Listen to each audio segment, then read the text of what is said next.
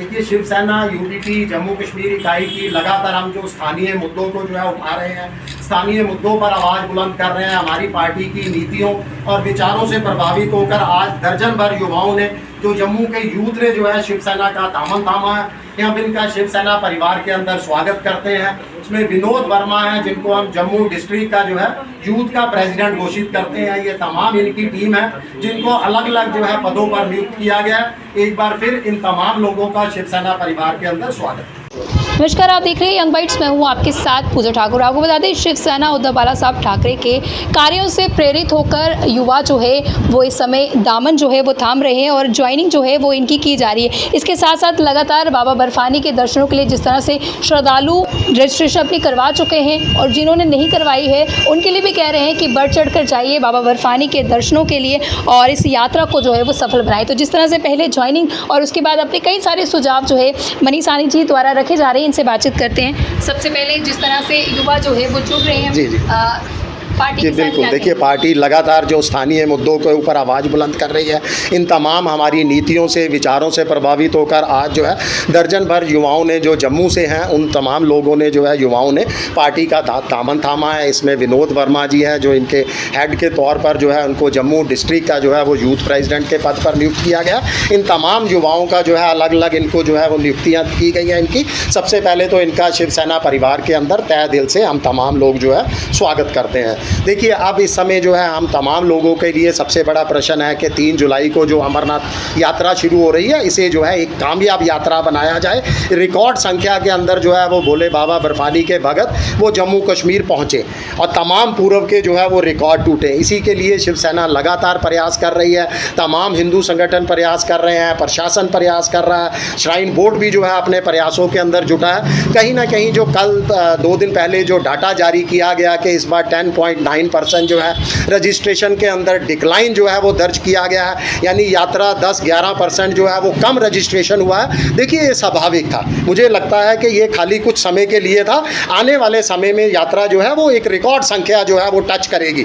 क्योंकि पीछे इतनी बड़ी पहलगाम की घटना हुई तो लोगों के मन में जो यात्री यहाँ आना चाहते थे, आपने देखा है पर्यटकों की तादाद भी बहुत कम हो गई थी पिछले कुछ दिनों से। मगर जो ऑपरेशन सिंदूर चला, उसके बाद जो सेना के अंदर एक बार जो हम विश्वास बहाली हुई, हम तमाम लोगों की सेना के ने जो अपने पराक्रम और शौर्य की जो झलक दिखाई, पाकिस्तान को चारों खाने जो है चित किया, उसके बाद एक बार फिर यात्रियों के, श्रद्धालुओं के, भोले बाबा के भक्तों के मन में फिर जो दोबारा पूरा विश्वास जागा है और मुझे पूरा विश्वास है कि यात्रा जो है एक रिकॉर्ड संख्या जो है वो टच करेगी। मगर ज़रूरत है कुछ काम करने की, कुछ सुझाव हम आज जो है श्राइन बोर्ड को दे रहे हैं। देखिए, हमें बहुत सारे फ़ोन कॉल आते हैं कि कल से यात्रा शुरू हो रही है, 3 जुलाई से यात्रा शुरू हो रही है, हमने पंजीकरण नहीं करवाया, क्या करें। यानी लोगों को नहीं मालूम कि ऑन स्पॉट और तत्काल पंजीकरण उपलब्ध है। ये सुविधा भी श्राइन बोर्ड देता है। तो श्राइन बोर्ड कम से कम एक अपील करे, एक प्रचार करे अपने तत्काल पंजीकरण का भी, जगह जगह बैनर लगा दिए जाएं।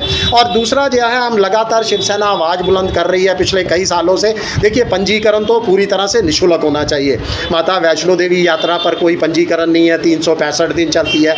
ये तो वार्षिक यात्रा और मात्र 38 दिन 40 दिन चलती है यात्रा, 50 दिन, ज़्यादा से ज़्यादा 60 दिन चली है पूर्व में भी।